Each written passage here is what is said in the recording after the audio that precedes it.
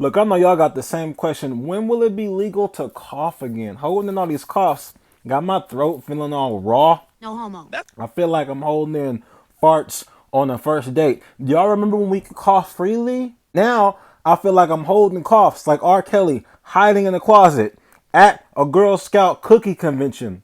I can't even buy cough drops no more. I went to go buy some cough drops at CVS. Cashier was like,